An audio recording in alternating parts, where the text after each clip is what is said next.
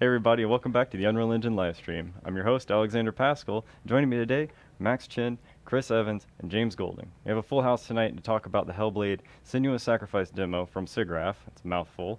But first, we're going to go through the news. Phew. Cool. So the first thing up, Midnight Star Renegade by Industrial Toys, is just now released. We have, as you can see here, you can get it off of the iTunes Apple Store. But we have a really great developer interview here by Daniel Kaiser, where he talks to Alex Seropian, formerly of Bungie, who co-founded the studio, to talk about making a mobile FPS and also everything that goes into it. There's a small clip we have, I think. Clint, thank you.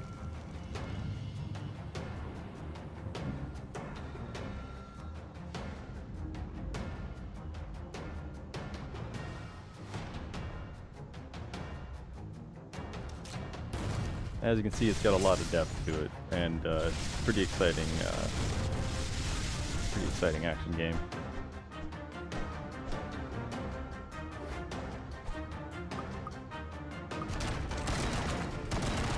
Just a lot more customization to expect out of a standard mobile title.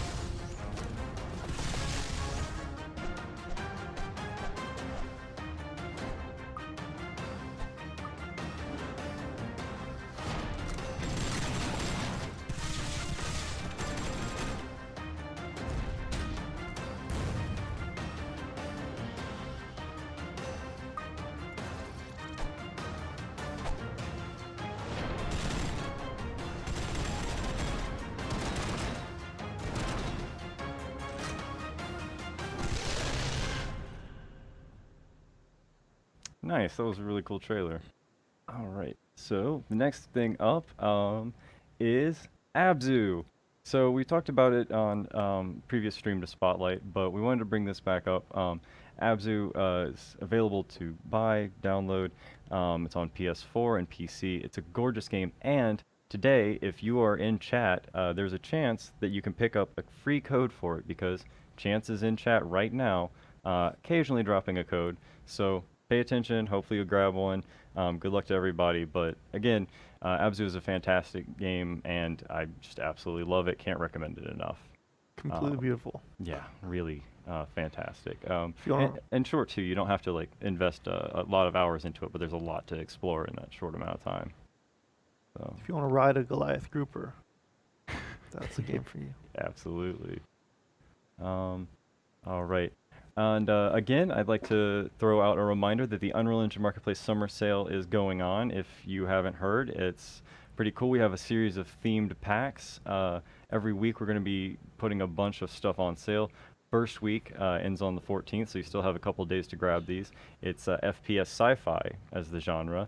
But next week we're going to be putting in more to an RTS strategy series of packs, and then eventually RPG, as you can see, platformer, and then finally survival, kind of a survival crafting game. But in a way, these were handpicked and chosen to help you kind of kit bash or help you to kind of hone in what you're making. So if you got a game that's in one of these genres, I'm sure you can find one of these packs to be pretty useful. And also, I'd like to say thank you to all of our sellers who participated in this and are putting their packs up for big discounts. It's always great to see a lot of our common users out here. I think Zorb's even in chat right now. A few of these guys are actually in chat hanging out. So, again, really cool to see all these going on sale, and just check them out. I really highly recommend it. Next up, let's start Unreal, the Korean nationwide tour. So if you are in Korea and you want to check this out, please do. There's more details up here on the blog. Sunhee has written up a bunch of what's going on and where all they're going to be. So if you're going to be in any of these 5 cities over the course of September, try to make time to attend. It's really cool, and they're going to have VR demos, bullet train, etc. Plus, they'll be talking about features in the engine and an intro to Unreal. So, really nice. If you're in the area, definitely come by and check it all out. And that's all that I have for the news today. And that's for later. Okay, so that got a little bit misordered, but I'm going to jump into what's next is the community spotlight. first things first, it's the Karma Earner of the Week. Every week, we like to take a second to say thank you to all the people that come out to the Answer Hub and answer questions and help each other out. So, this week, our top three Karma Earners are Denny R., Noobs Disrubes, who's been on the list for a while, and I've been getting ready to pronounce to get to say that on stream. That's fun. Noobs Disrubes, and Spirus. So Diniar, Noobs Disrubes, and Spirus, thank you so much for participating. Hand to Jackson, you're three short. Dang. Well, looks like Spirus just got you. It's always fun to watch the competition happen, and so I love to watch the numbers jump around, especially in these last few days as we lead up to the stream. Thank you so much to everybody who participated. The top three earners will be receiving a forum badge. For everybody else, again, thank you so much for helping out everyone here, and I hope to see you on the top three next time. So, how? There you go. So our first community spotlight project. Giants of Destruction is a very interesting car racing game in that it's pretty intense and over the top. Blue Man reached out to me to tell me about this game, and I've actually been following Giants of Destruction on Twitter for quite a while now. But now there's a demo here on Games Jolt. It's time to spotlight it. Now that there's a demo, and again, that probably got spoiled for you, but I was going to say it's impressive because one, it's an intense game. It was made by a 16-year-old developer. We don't in this industry, it's always impressive to see high schoolers and younger people getting in and just diving in and creating something. And so this is impressive. And a full description of exactly what's going on here. It's about 6 months, 16 years old. I think just being young and building something in that amount of time shows your dedication and your need to build experience. And this is a fantastic game to check out. So I'm spotlighting this absolutely to inspire people that are thinking about getting into the industry, especially if you're still a student and not sure. And yeah, please check it out. Super fun game, really cool. And I believe, did it get reordered? Might be. Yeah, here we go. And yeah, through that, kind of an attachment spotlight, he's got a Marketplace C++ plugin that he's been working on for vehicle AI that he wanted to also kind of throw in as thanks to developing a game, I've learned how to do this and want to share it in this way. So this is very cool, and if anyone out there is making a game and is sharing their kind of story of how it was made, I love to share that with everybody. And also, if you've made a game and from it derived something to share with the community, I love to hear about that. Please send a PM to me on the forums, hit me up on Twitter, however you can reach out to me. I really like hearing these stories. Speaking of interesting developer stories, I have another one up for you. Mr. Goatsy sent me this giant post here of image gallery of screenshots of a making of. His game, Subject A119, has been in development for a little bit now, but Tom, as his name, Tom has posted up this really great little breakdown of images and screenshots. There's a devlog video, which is really nice. This is just a really cool puzzle game. Not totally unlike Portal, Sans Portals, but with other mechanics. Again, check it out. Check out this dev blog. Check out his progress. Just sharing this kind of information with each other really helps to move us out of when you hit a rut, when you hit some sort of a bug, you can go and see other developers fighting through it. So again, Mr. Goatsy, thank you so much for sharing your development with us. Anyone else who's developing something, please share it with me. I like to see this, and yeah, you can see. I'll just grab that and that so you can take a look. And you can see progress being made from there in a couple different rooms. So really nice. Thank you so much for sharing. And finally, so Chiku is a really fantastic game. This one is actually something I've been following on Twitter for a while. And for a while, I wasn't sure if it was something that I would get the okay to spotlight, because I really liked it and I wanted to spotlight it for a while. But the idea of the game is you're a chicken and you have to use sort of Flappy Bird-esque mechanics of tap to flap and navigate across these Super Meat Boy-esque levels of destruction and death and fire and blood splattering goodness. And so it's very dark, bloody comedy.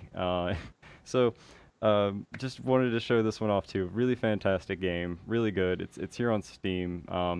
It's very good price at $12.99, but hilarious UE4 game. Lots of lots of dark humor and over the top splattery gore with chickens that are just trying to get out of here. You know, they don't want to be dinner. So inevitably, though, I think they become dinner. So again, really cool job here. Chico's a great game, and I cannot recommend if you're into humorous games that have simple but difficult mechanics like this. Then if you like Super Meat Boy, grab this. Cool, great work, guys. And now, speaking of fantastic things that have been getting made recently, we just recently came back from SIGGRAPH last month. You guys got to come home with an award and everything for your work in Hellblade: Senua's Sacrifice, correct? Mm-hmm. And so yeah, we have quite a bit to discuss here today. So yeah, why don't you guys get us started? We have oh, you know what? I should probably give you this when I say that. But I think the first thing we have to show is we have a small video of exactly what was made, and then we're going to go over how it was made.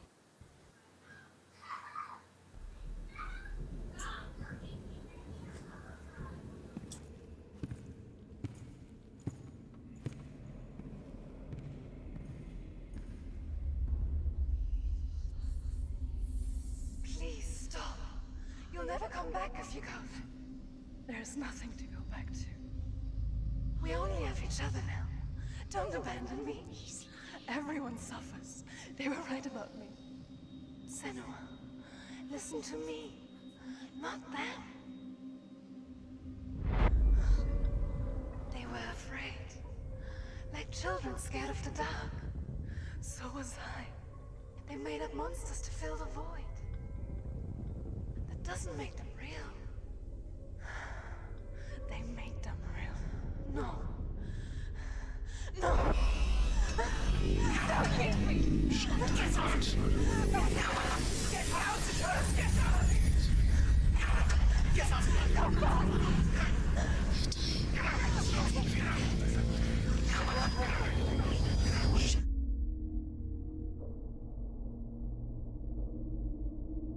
Awesome, really great work. So yeah, you guys have a breakdown of what all you guys got to do there. You want to start us off? Yeah, so the entire demo that you saw, that was live. Mhm. It was acted live. It was recorded into Sequencer live. We're here today to talk a little bit about Sequencer. So Max is the engineer, kind of heading up the Sequencer developments and the Sequencer team, and James is the head of framework, which a lot of times involves getting yelled at for animation stuff. Yeah, I'm So kind of responsible for all of the animation and features in the engine, my team. So and also I was sort of the designated programmer on this project. So if there was a bug anywhere, me or Max generally were the people that had to fix it. So I was gonna on this What do you do, slide. Chris?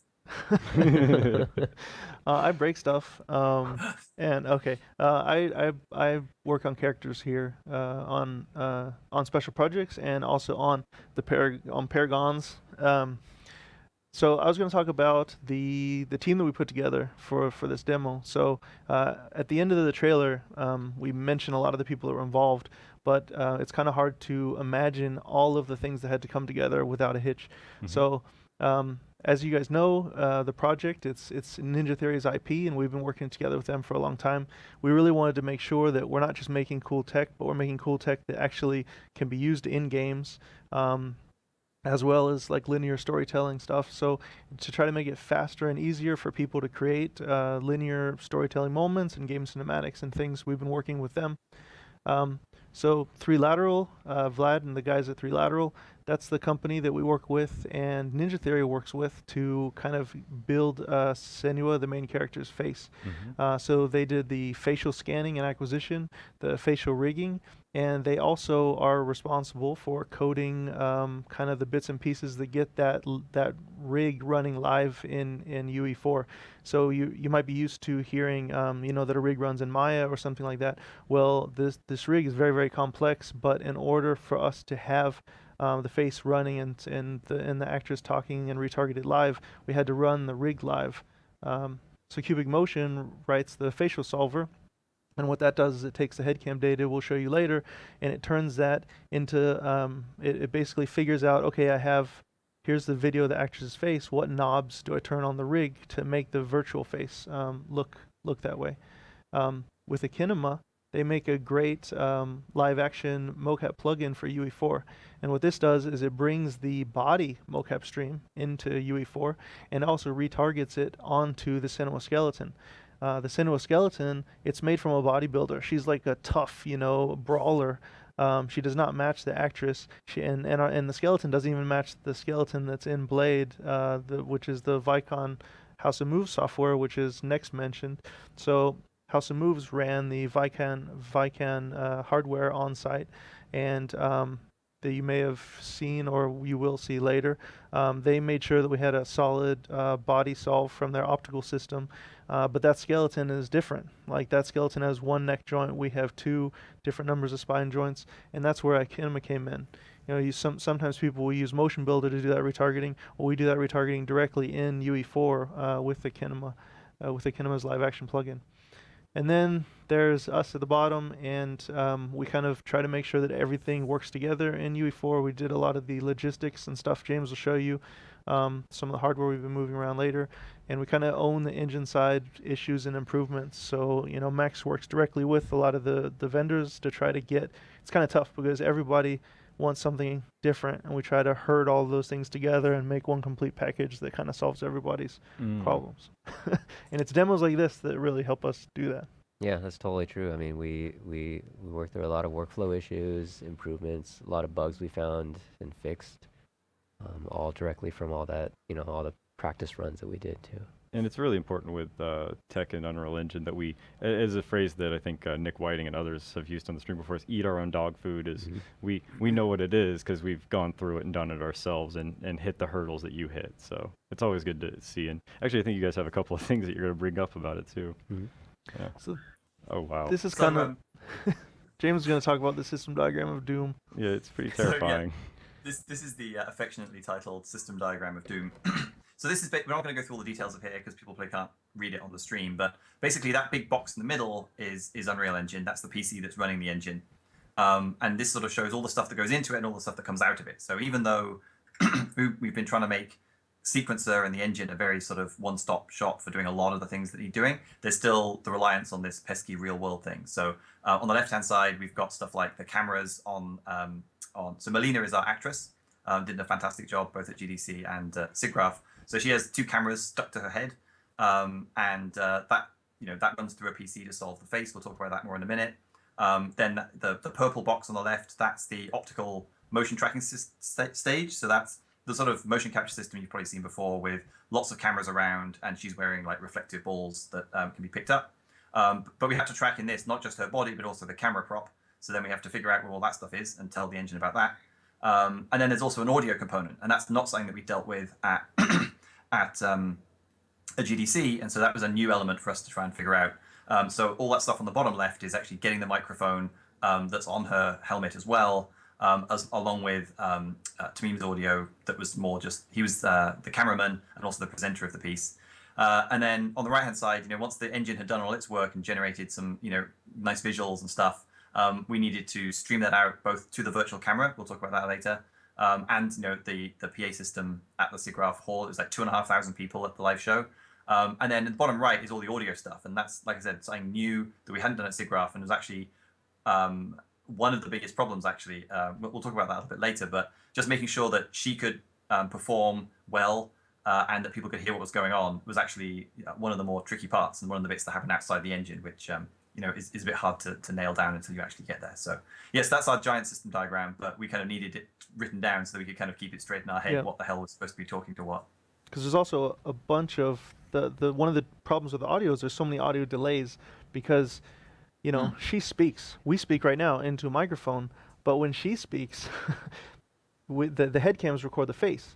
which then has to be solved, which then has to be tracked, which then has to be retargeted on the rig, which then has to go into the engine and be rendered. So you have to remarry that audio with the visuals later, and that's not even taking into account the delay for the house audio for the projectors and things on site. So it was the audio stuff. It was the first time we've really had to go down that rabbit hole, and it was interesting. Wow. Yeah, the big challenge we had is, yeah, as you say, you have to delay the audio so it married up with the visuals. But if you ever tried being on a conference call where you can hear yourself delayed, it's pretty awful and pretty hard to talk. So we had to basically isolate her from the audio in the place, so she wasn't hearing a delayed version of herself. So these are just the problems that you come from actually trying to do this stuff live. She had like little plunger earbuds, so she couldn't hear anything. You could be banging a pot and pan behind her head. Mel couldn't hear anything, but she needed to be able to hear herself, not delayed.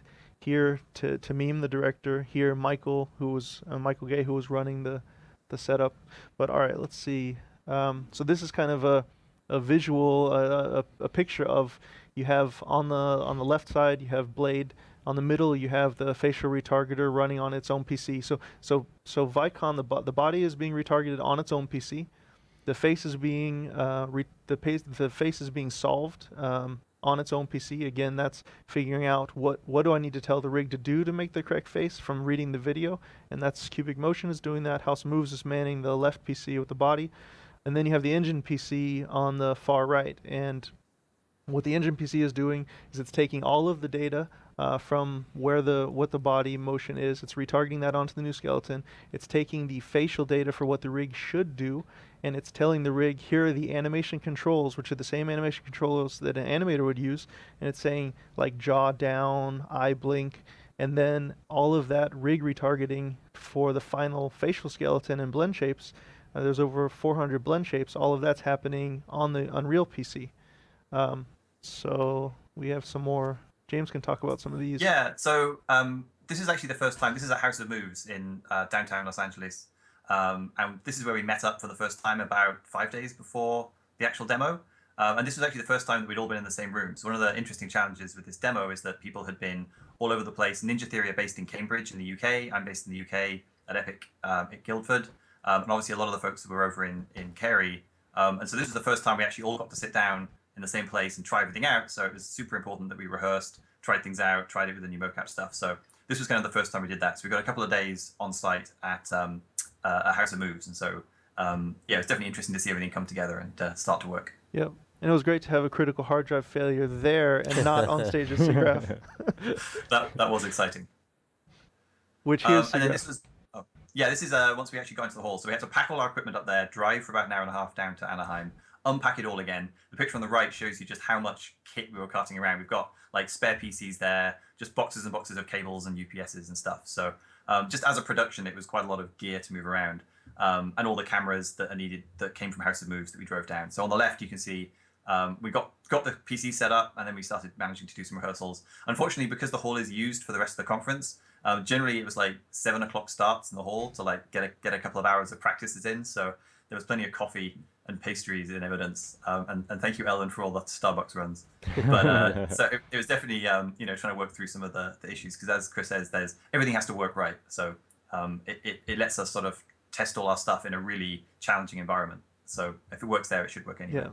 Yeah. We woke up every morning and tested stuff, because with games or films, you work on something and then it's done and it exists as some frames on that people can look at later. But this was this feeling that I've never had. Your heart's beating in your chest because it's this live thing where there's just so much that can go wrong. I mean somebody could just trip and fall over. I mean, I've done SIGGRAPHs for many years, and it used to be that our demos at SIGGRAPH was you turned up and hit go, and it was easy. And yeah, this year has been much more, should we say, exciting from that perspective. Yeah. Yeah, gone are the days of like, it's live because I'm moving the light, so you can tell it's rendered live. So I was going to talk a bit about, we've showed stuff previously from GDC where we were working with Cubic to do kind of a mono facial solve. We moved to a stereo camera setup, and Cubic now is working on what we used at SIGGRAPH, which is a live stereo solve. And they kind of stack the cameras, so you still have one mono camera if it's needed, but they can use depth. The and in the future, hopefully, continuing to use depth. I think, as you can see in the piece, it's much better solve, and it's able to make much better choices about what to turn on and off in the rig. But I will say, you don't see it here. It's, tethered USB 3 cable, which USB 3 is limited by distance. So in some of the making ofs, you can see Matt Stoneham like making sure that nobody's tripping over cables. But for these kind of high frame rate cameras, it right now USB 3 is pretty much the way to go. But it was a much better solve, and James is going to talk a little bit about the virtual camera, which is also in the volume with her. Yeah, so for the GDC piece, we'd used a sort of pre-scripted camera, so we had some logic on that camera to try and match it to the live performance. But in this, we were doing a live camera and a live performance. We'd done some sort of filtering work at GDC to try and like smooth out cameras and stuff like that, but that wasn't going to work here because just it's very hard to do a really nice smooth camera move. So we decided rather than trying to do it digitally, we'd use some actual hardware to try and get a really nice camera move. So we use this thing. It's this awesome bit of kit called DJI Ronin. They make drones normally, but they make this really cool 3-axis stabilized system. It's got a bunch of brushless motors on it. You get an app which you can use to like configure all the different sort of settings. But basically, you move those handles around, and it very smoothly moves this camera slung underneath it. So rather than putting a camera on, we basically put a frame with motion capture markers on. So as Tamim, who's in the volume, is walking around with this thing, we're able to get the position of our virtual camera, which we can then stick into the engine as our sort of camera position. And so on this frame, we then mounted, so like I said, we had this motion capture marker frame. We had to stick a monitor on there, an HD monitor, which lets him see sort of into the virtual scene, so he can like frame shots in this virtual world. That was streamed wirelessly over a sort of consumer HDMI streamer that worked pretty well. And then the batteries for all that stuff were bolted on there as well. So it actually got pretty heavy, as you can see here. There's a little screen in the top right, so you can actually see, this is Matt Stoneham, one of the tech animators at Ninja Theory, who was very helpful. But he's pointing at real Melina, and you can see Senua in the screen. So it's an awesome way to work. It's really fun to fly this thing around, this virtual set. We had a lot of fun just playing with it while we were getting it to work. But it's pretty heavy, so you'll probably see in various shots Tamim trying to like rest it on his hips, because it holding that thing for hours of practice is a bit tiring. It gives you the big guns. Yeah. Yeah. I had forgot. We have some B-roll of the. So first, we can show just the sideways video that I shot with my cell phone, which is still sideways. Quality production. So this is showing. All right, everyone, tilt your head. This is showing. I want you to get the most pixels. Okay, people is important. I didn't want to shortchange you on pixels here. So you can see this is the solver running, piping directly into the engine. This was, I think, the day before the show. This is one of the last solver iterations.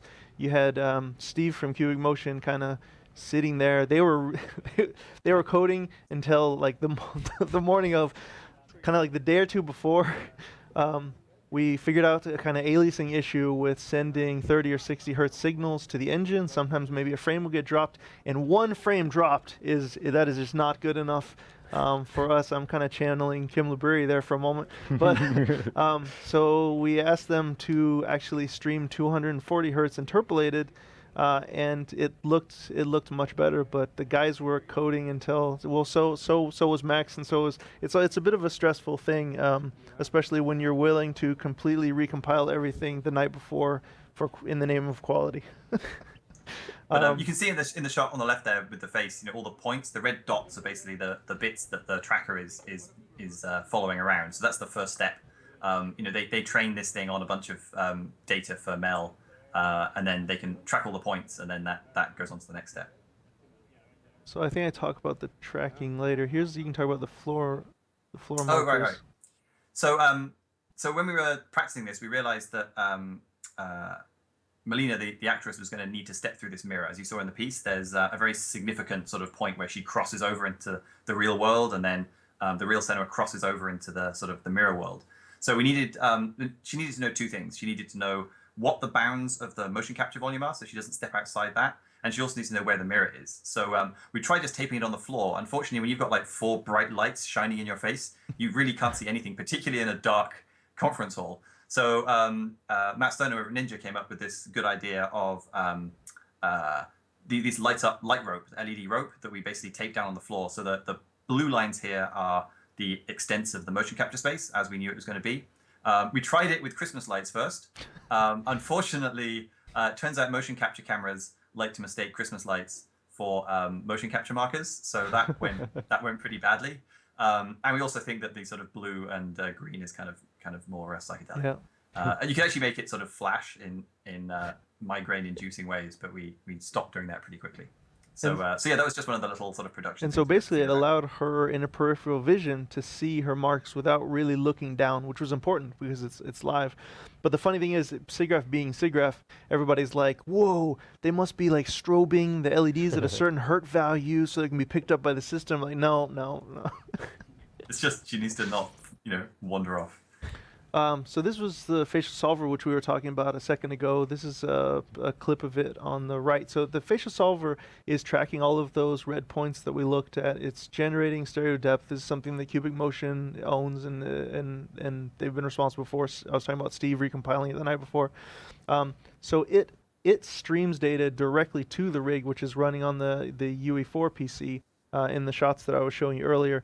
And we work with Cubic and Ninja Theory to kind of, it's a lot of training and feedback on the new solver, because it's actually a new solver from the GDC solver. And so I can show you kind of, here's a day in the life of me when I'm not doing Paragon stuff. This is a email we can queue up where it's just going over like basically every day, I'll do burnouts and I look at the stereo head cam and I look at I have a special UE4 scene, and we basically just talk about what the face is doing, what kind of stuff on the solver can be tweaked. And Vlad's also involved in these because he knows quite a bit about how the rig works. And that's kind of an example of the detail that you have to go into. It's kind of just like staring at this headcam data and then staring at this virtual face and figuring out which action units or muscles are or aren't firing properly, and then helping the solver to get there. Yeah, so this is the setup actually in the engine. So this is now inside that blue box on that big diagram. So we've gone to all the effort of extracting data from the real world. We have a motion capture stream, which is basically bone transforms for her body and her head. And then we have this, as Chris was saying, we've got these knobs that are being turned by Cubic Motion Solver. That's coming into the engine. So that top node you see here, this is all lives inside the animation blueprint that we used for the live demo. So we have a motion capture stream coming in, that mocap stream node, and that retargeting node. Those are both from the iKinema live action plugin. So there's just lots of off-the-shelf nodes there, which lets us take motion capture data. Now there's tons of other ways to get motion capture data into the engine. This is just the one we chose. We've seen loads of cool stuff on the forums about people using perception neuron or even like Vive type stuff or Connect, to get mocap in. But this is what we used for the demo, so we could talk to the Vicon stuff. The next node down where it says anim graph node Senua UFC consumer, that's basically the node that 3Lateral wrote that Chris talked about earlier, which lets them stream the data from the Cubic Solve into the engine. So that's basically coming in with a whole bunch of move these bones here, mostly blend shapes. Our facial rig is mostly blend shape driven. I think it was like, Chris, do you remember, like 400 or 500? Yeah, 400. So basically, in a DCC app, like an animation program, you would have facial controls that you would turn, and then the facial rig would do something. In the case of 3Lateral's rig, you would say jaw dropper, or you would move an animation control as an animator, and then it would fire off some combination of those 400 blend shapes. But because we're working live and it needs to be very, very, very fast, here what's happening is Cubic Motion is outputting what knobs on the rig to turn, and then there's a compiled, 3Lateral has the rig compiled, and it's actually running and it's piping, it's telling UE4, okay, these knobs have turned, do this configuration of hundreds of blend shapes. So it's totally skipping, the rig is completely live, as it has to be because her performance is live. And then we also had another slot for playing animation on the hands, because we didn't do finger motion capture. In the end, we didn't use this for the SIGGRAPH demo. We used this in the GDC demo, but we could also play, animation on the hands. And then all those three go together into a layered blend. You can look at any of the resources on setting up animation in the engine. But basically, what this is saying is, okay, take most of the bones from the mocap stream, but take the jaw, like the head bones, so like eyes, jaw. There's a few bones in there. Those we'll take from the facial graph, and then the hand stuff would come from that other node. So this is basically building a body from a few different sources. No, okay. So Right, Max. yep.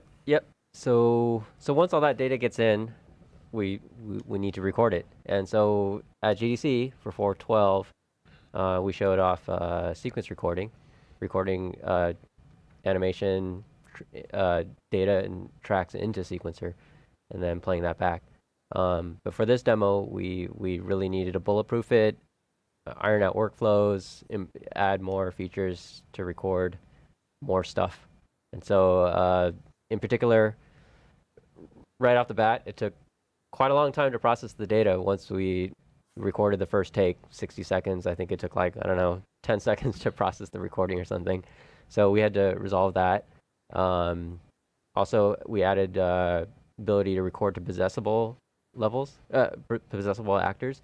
So what that really means is that for the first incarnation of the sequence recording, we would create a spawnable. We would record the actor and create a spawnable out of that. And the reason for that was that the level sequence assets could be a completely standalone asset that would spawn the actor that you recorded, and all the track data would be applied to that spawned character. But in this case, we had the two Senuas already in the level, and we just wanted to record the data and apply the data directly to those existing actors. So we have this toggle now that lets you record in either the spawnable way or the possessable way. And then finally, we added some general property recording. Towards the last couple of weeks, I think we decided that we wanted to record focus distance and focal length. So we added the ability to specify that in the general property recordings. And in particular here, you can see, you know, we've highlighted the manual focus and focal length. So anytime that those change, those will get recorded into float tracks. We also added recording audio. So Aaron did this where we can record audio. So when Mel speaks, that audio is coming into the engine, that gets recorded into an audio track in sequencer as an audio asset. And we definitely had some problems with audio and audio drifting. You know, after recording 60 seconds, we had to resolve some of the drifting issues, and for that we also added an option to sequencer to lock the play rate to the audio clock. So that's actually the audio recording and audio issues aren't going to be in 4.13, but they will be in 4.14. Everything else that you've seen with sequencer and recording will be in 4.13. And if you ever worked on a game with big cinematics heavy game, you've probably noticed that almost all game engines, us included, sync to the CPU clock. So syncing to the audio clock means that with a 4,000 frame animation, your character's lips are going to be moving exactly on par with where I just wanted that's the artist version of. Mm-hmm. Yeah, totally. Also added a bunch of workflow improvements. We quickly found out, just working with Ninja Theory and the way we had initially set this up, we thought it would be really nice to make it quick and easy to record actors. So just hotkeys to record as we're going through it. And then if you record a camera, it'll automatically create a camera cut track so that the camera will be set as the shot camera. And then just a couple of indicators as we're recording, you know, what we're actually recording, what take, and things like that. Definitely a lot of bugs got fixed. And these bug fixes made it into 4.13. Yep, awesome. For sure. So things that have also come up in UD and Answer Hub as well. But we definitely made a lot of improvements to the sequence recording side of things. I'll quickly jump through to the scene itself and just kind of walk through how we did the recordings, how the shots are set up. So this is sequencer showing off the main timeline here, where we've got the first 3 shots, or first 4 shots here already, and then in the demo itself, this is one of our latest takes that we made. So as it gets Yeah, one of the things that's funny about this is that because we're doing a demo every day to practice it, we ended up probably having hundreds of versions of this cinematic. Some of them we like more than others. yeah, here we go. Is like, yeah, if you can see down here, this is take 40. Oh my goodness. Yeah, but by the end of it, she must have been pretty tired. She was such a trooper. Like she would have to sit around for like 3 hours while we sat around trying to fix some bug, and it's like, right, we need you to go be emotional now. It's amazing. You go from bored to like really emotional. I'm sure that's a talent right there. Absolutely. Yeah. So this is the master sequence that references some of the takes that we took. And so in this main section of the shot here, the first time we did a recording was actually, it got recorded into this red subsequence right here. So if I double click into this subsequence, what you'll see here is just one character. This is the mirrored Senua that got recorded, plus the audio that got recorded as well. So you see here the skeletal animation track, and transform track. So these all got recorded the first time we went around to hit the recording. If I pop back up to the master, the second recording is this shot track here. So this shot track shows you, if I double click into there, the second time we recorded the character itself, Senua, the non-mirrored version of it, and also the camera. We recorded the camera here. And you can't really see that well here, but there's a little lightning bolt here, and you can see that indicates that it's a spawnable camera. So it's a camera that's only in this shot. It's not in the rest of the scene. Mm-hmm. The other two recordings are possessable recordings that were applied directly to the actors in the level. And anyone out there who's watching this and thinking, man, I can't wait to like learn how to do this, I'm gonna throw this out here. Grace and Ed has come on and done, and you guys have come on and done some training streams and some streams to really get more in depth in this. We're not doing training today, but if you're interested in learning how to hands-on make this stuff, there's some streams up on YouTube right now. Just kind of breaking this camera down a little bit. So obviously we're going to record transform data, and that's all in there. One interesting bit here is the focus distance that we did record. I think, James, you set up the joystick controllers to set the focus distance. We'll talk about that bit in a minute. That's kind of interesting. Yeah. Yep. So this got all recorded per frame. So this pinkish highlight here, if I switch over to the curve editor, is actually all baked. High fidelity focus pulling. Yep. Obviously we can smooth that out, but yeah. This is all the raw data that we pulled out. So that's all there in the camera. Again, the audio for the second Senua was recorded as well. So if I pop back to the master, when I'm playing through in this section, both of those level sequences, the one with the camera and the regular Senua is being played, as well as the mirrored one down here in the red region. So all this stuff gets played. It gets evaluated as we're scrubbing through here. A couple more things that we added pretty late in the game. So a lot of the lighting is all done per shot in each of these shots. So this is a shot right here. If I scrub in here, there will be lighting data in here. You see all the tracks there for the lighting. So what we wanted to do at the end was, up until the very latest moment, was continually to tweak lighting and adjust lighting. So you can actually put tracks at the master level. So you see this folder of lighting keys. So these keyframes override any values that you set inside the shot. So that way a director or somebody can come in at the last moment and just adjust and do lighting tweaks on the whole master level at once, without having to dive into each of the shots.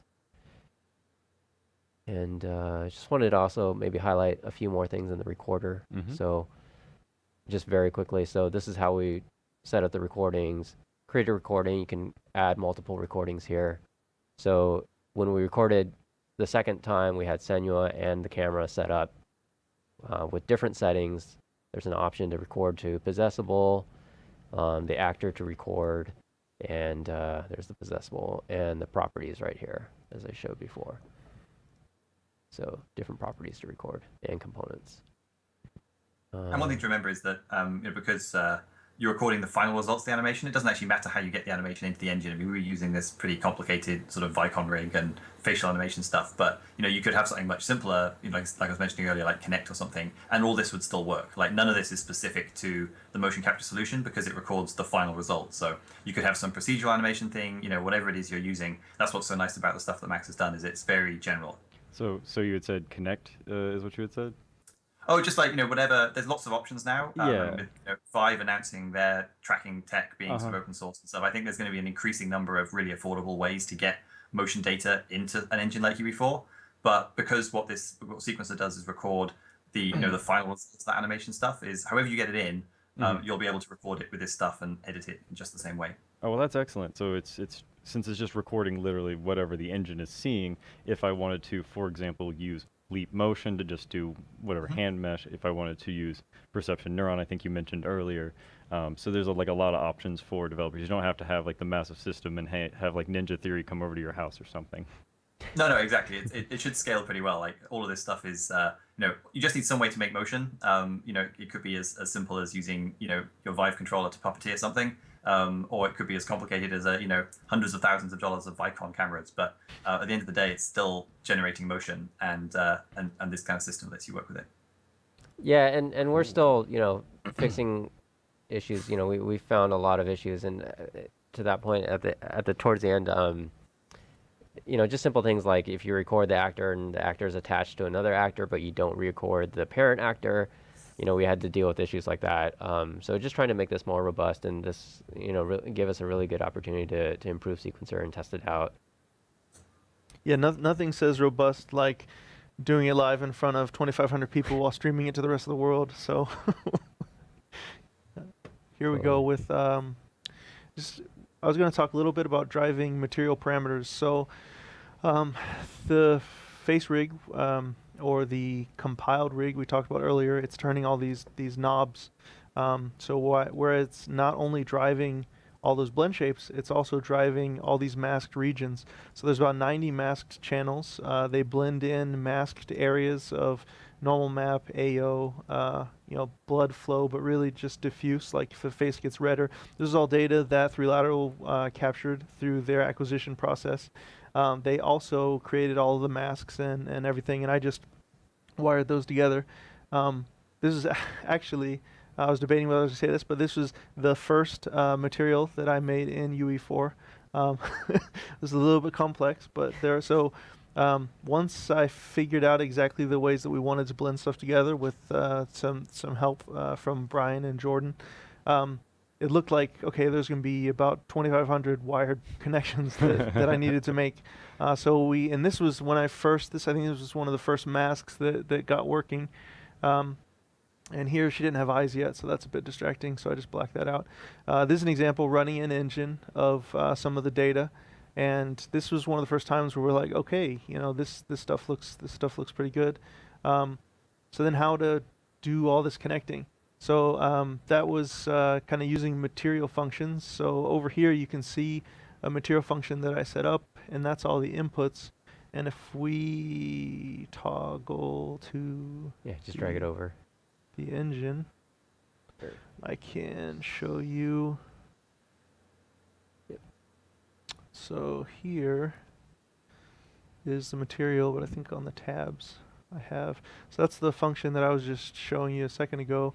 And if we go down into the material function itself, it's got all of these nodes here, and it's expecting RGBA masks, and then it brings all those masks together in the material function. And then at the top level, if we bounce up to another level, you have the different masks coming in, the material functions coming in, and then here they kind of feed into the facial texture itself. And so that saved a lot of time just making a material function. Wow. The facial textures will powerful. always rub me the wrong way just looking at them. Just so eerie. No one looks good unwrapped.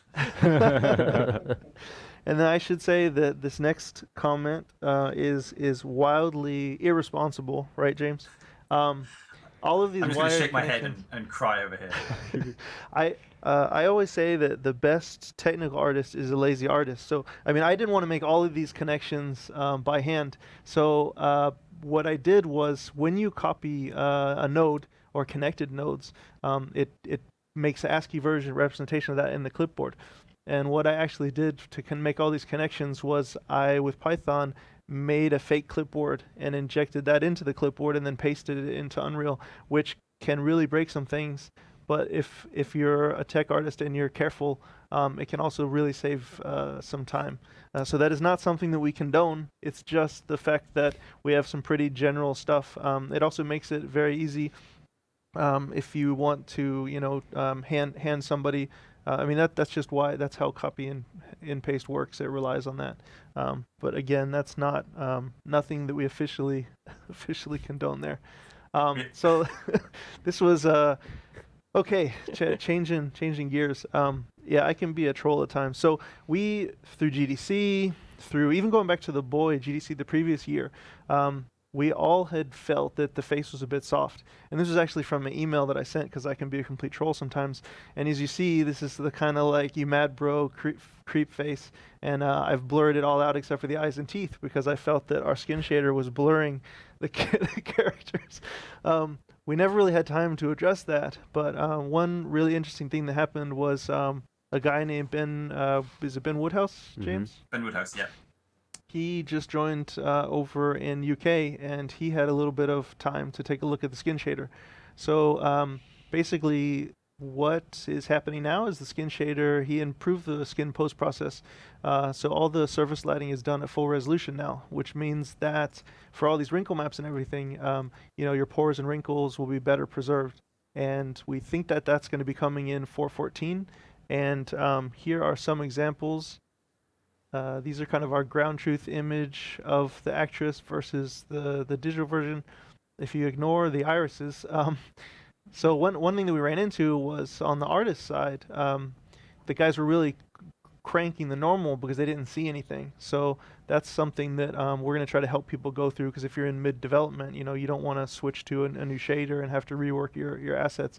But a lot of the detail is preserved now, and it works a little bit better with some of the also loss that you'll get with temporal AA. Here, this was the first time that we had turned it on.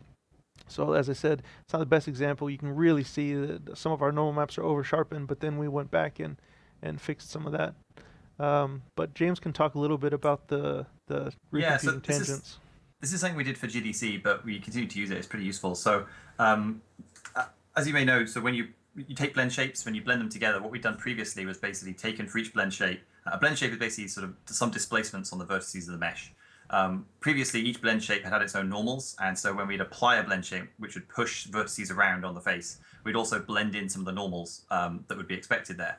Now, that, unfortunately, when you start putting more and more and more blend shapes on, just trying to sort of average out the normals to come out with sort of what the normal for the mesh should be doesn't actually work that accurately.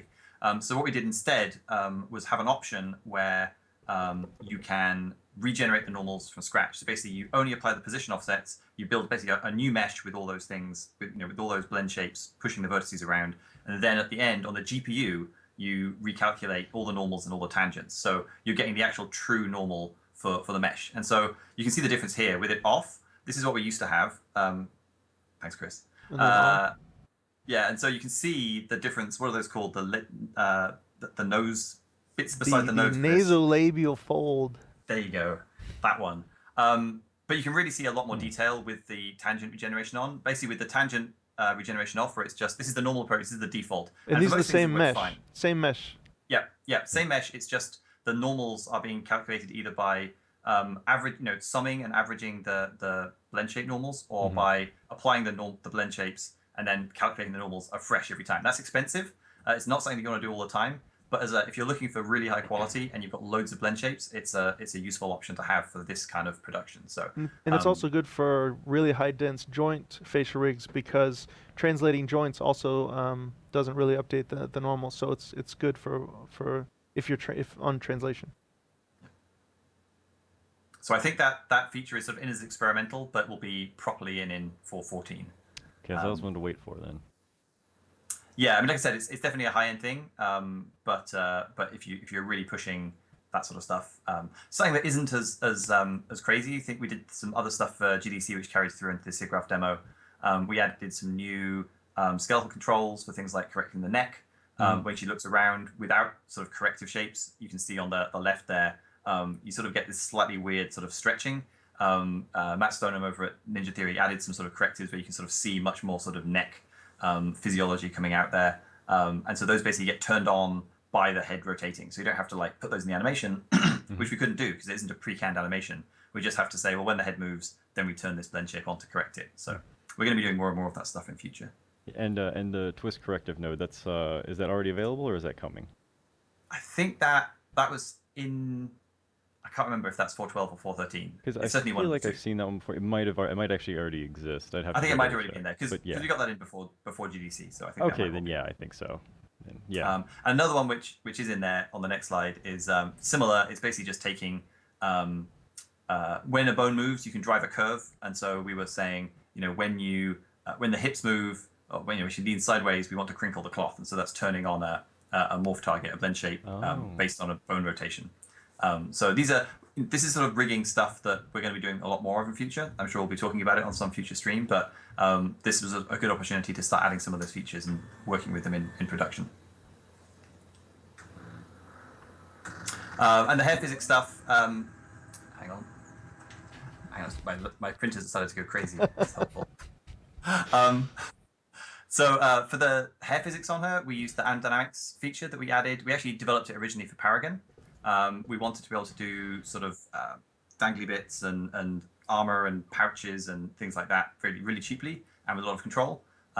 So we added this Anim Dynamics node inside the animation system. I know we've talked about that on previous streams. But basically, we used it here for the hair. It was really quick to set up. I think it was 8 chains. This is using it on one of the characters from Paragon that we sort of originally developed it for. But since we've had it, our lovely tech animators have abused it repeatedly, and we now use it pretty universally. So it's been a useful feature, and we'll be continuing to push it.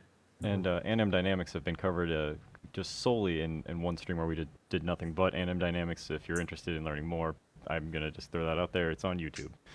Yep. Ben from my team did a great job explaining that. Yeah.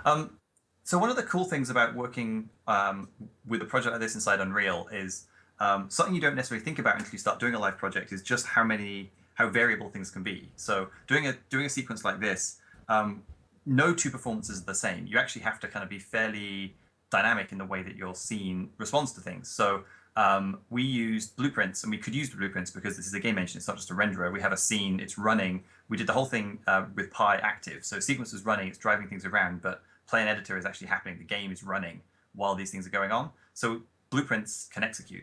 And so we used blueprints for quite a few things. In the demo, we used it for things like, we didn't know exactly when she's going to step through the mirror. That's really up to her performance. Nothing was scripted, and there was no particular timing she had to hit. So what we did is we basically we look at her head, and when it passes the plane of the mirror, then we know to trigger the audio. So we broke the audio up into like a beginning, a first phase, second phase, and a third phase. And that second and third phase were triggered based on her passing through the mirror. And that second pass through where real Senua passes into the kind of mirror domain, that's also what triggers the sort of dissolve effect on her face at the end. We could also use blueprints for things like the virtual camera. We used it for being able to smooth the motion slightly. So we had our really cool sort of dynamic, we talked about that Ronin system earlier on, but we wanted to have a bit more adjustment on the smoothing there, so we could use a blueprint to take the position for that bone, do some extra smoothing and adjustments on it to get exactly what we were looking for.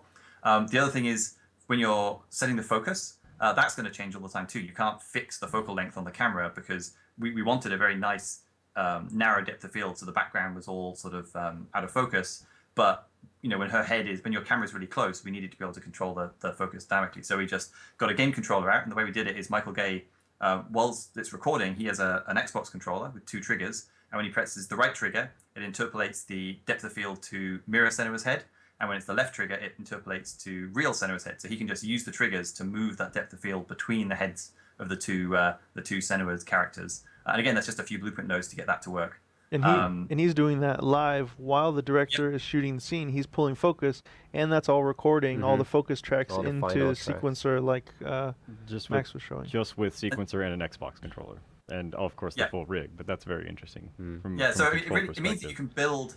you can build these little sort of procedural bits of gameplay that you can drive, in conjunction with a real person and record all the results. So yeah, just like you said, as they were talking back and forth, he's changing the focus between the two of them, because you cannot script that, and you don't think about this stuff until you try and do the cinematic, and we were always out of focus, and it wasn't going to work. But we tried a few things. We tried having it set as an absolute distance, but that never worked because he kept missing her. So we had to have it set up so it was always locked between the two characters' heads, and we could just get those bone locations in a blueprint, do the interpolation in the blueprint. I knocked that blueprint up in about 10 minutes while I was over at Ninja Theory. And speaking of doing things like the night before, Kim and Michael came up. They're like, you know what? Blueprint's so powerful. I think we could do like a little bit of lens breathing, like changing the angle of view, the field of view on focus. And then they looked up online. Okay, here's exactly the thing. And then we had 24-hour work passes. He snuck back into the convention center with his 24-hour work pass after we were at dinner and we were all gone to bed. And he built the blueprint to add lens breathing the night before. Crazy. So yeah, we could go and dig around and find all that blueprint stuff in that level, but it's probably not worth running through it all now. But it's all in there, and yeah. Oh, cool! And there's the team with the award. Yep. And that's the final team. So definitely, it was a pretty emotional evening. It was pretty tense watching it all go off. We'd seen it break in every possible way. So sitting in the audience, I'm sure I speak for the other guys too, but it was definitely nerve-wracking. But to see it go off well, it was a good performance live, and and there was so much other cool stuff part of Real-Time Live. I mean, it was a really great show. So many different people up there showing off what they've been working on. It was a real honor that we won. I'm not sure any of us expected that, but yeah, it was, as you can see, a pretty big team in the end. But a lot of people helping from different companies. Yeah, looks like you had a lot of people there, and even one person got photoshopped in. Don't think I didn't notice that amazing Photoshop job there. I had to stare at it for a second, wondering if there was a thing behind you. We had two pictures. We had one of us right after, which I can't find James in, and then we had this one, which I'm not in. I'm off talking to somebody about Olympic already. But okay, So I guess, is there a bunch of questions on the stream? We have a couple of Q&A here. So I'm going to knock this one out because it's a little unrelated, but I have the answer for you. The ETA on 4.13 Preview 2. Going to let you know, as you might have figured out, it's not going out this week. It is coming very soon. ETA probably next week, but that's depending on bug fixes and etc. So I can promise that all the teams are fixing bugs as fast as they possibly can. As fast, I get into those meetings where they show us the charts of bugs and fixes and watch the thing just plummeting as people are just working really hard on this one. So that's always excellent. So questions for you guys, though. So what is the least amount of money one could spend to set up a motion capture for rigging animations and this stuff? And rigging animations? Well, that's how they phrased it. But okay. I think the idea is, what is the cheapest setup for motion capture you've ever seen that works? The IPI guys. And again, whenever we mention a company on here, it's not that we're saying, we don't have a partnership. But the IPI guys that did the Kinect tracker, they did a tracker that worked off the old PS3 cameras. And that was something at a previous company we had tested. And basically, those PlayStation Eye cameras, there was like a 4-month period where they went on sale for like $10 because nobody was buying them. And you could do like a 16 camera system, or was it 12 was the most. But they were very solid. I would say machine vision, but they were very solid cameras. You could get better data from like 12 of those cameras at $10 a pop when GameStop was just trying to get rid of them than 2 Kinects with the same system. Oh, so wow. mocap, that's something that's kind of been amazing in my time because I'm old. But mocap, there's been this democratization of mocap, and I really hope that continues. James mentioned the Valve stuff previously. I mean, because I know they announced that last week, right? Was that they're open sourcing all that hardware, and they'll be selling. You'll be able to buy tracking pucks. So I've seen some examples. I tweeted one last week actually. So iKinema, who do the retargeting, they've got a demo taking just head, 2 hands, hips, and 2 feet. So that's like 6 data points, and retargeting an entire character. So you can actually do a pretty convincing performance with just those bits. So I mean, given a Vive setup and 3 extra trackers, that seems also quite a nice way to get some body data into the engine. So I think it's good. Right now, like a few hundreds of dollars, you can get something through Connect or multiple cameras, all those sorts of things. And I think that, like Chris says, it's going to only get cheaper because like input and motion capture are getting closer together with VR. Yeah, and I think the Lighthouse technology is pretty impressive. So that's got a lot more to show off in the future, I believe. That'll be cool. All right, guess that one answers that. Let's see. When using Sequencer, do you base it on seconds or FPS? How can you time the movements of the characters, etc.? Well, there's toggles for that, so you can specify what interval you want to be at. You can seconds or frames is whatever you want. Whatever your project calls for, you can set that up in your project. For as far as responding to things, the way we did it here, I mean, there wasn't a definite timeline that she had to hit. She recorded the first one any way she wanted. We had a witness monitor on the stage with her, so she could see her first performance while she's recording her second. So basically, she's responding to herself. She can see herself the second time. So that was how we did that. But like I was saying, we try and make it so that she has the flexibility to do what she wants, and we just use scripting to respond to that rather than trying to have her hit particular marks. That's never going to work. All right. Let's see here. We only have one question left, and then we'll move on to the Game Jam theme. But they're curious when we're back on the character and they have like the flowing fur on there. Does anybody here? Can anybody here speak on how the fur on the clothes was made? It looks really cool. The fur, and I was just saying this when we were looping it up because at the end, the triggers that James was talking about, one of the triggers is like turn a bunch of wind on, and it blows all those braziers back, it blows the embers back, but also blows her fur. And I was just commenting that the fur is just, it looks so good for shader displacement. So it's using the material node networks to do a shader displacement. It's not any kind of live simulation or anything like that. But it looks very good. I mean, it looks like billowing. It looks very, very good. I'm very surprised nowadays, because again, I'm old, how well you can do. It used to be all, shader deformation would look like sine wavy stuff, underwater Just floaty like, stuff. It always has that same basic movement to it. But we and Ninja Theory have some amazing, technical artists on the shader side and shader programmers, and so that stuff is all.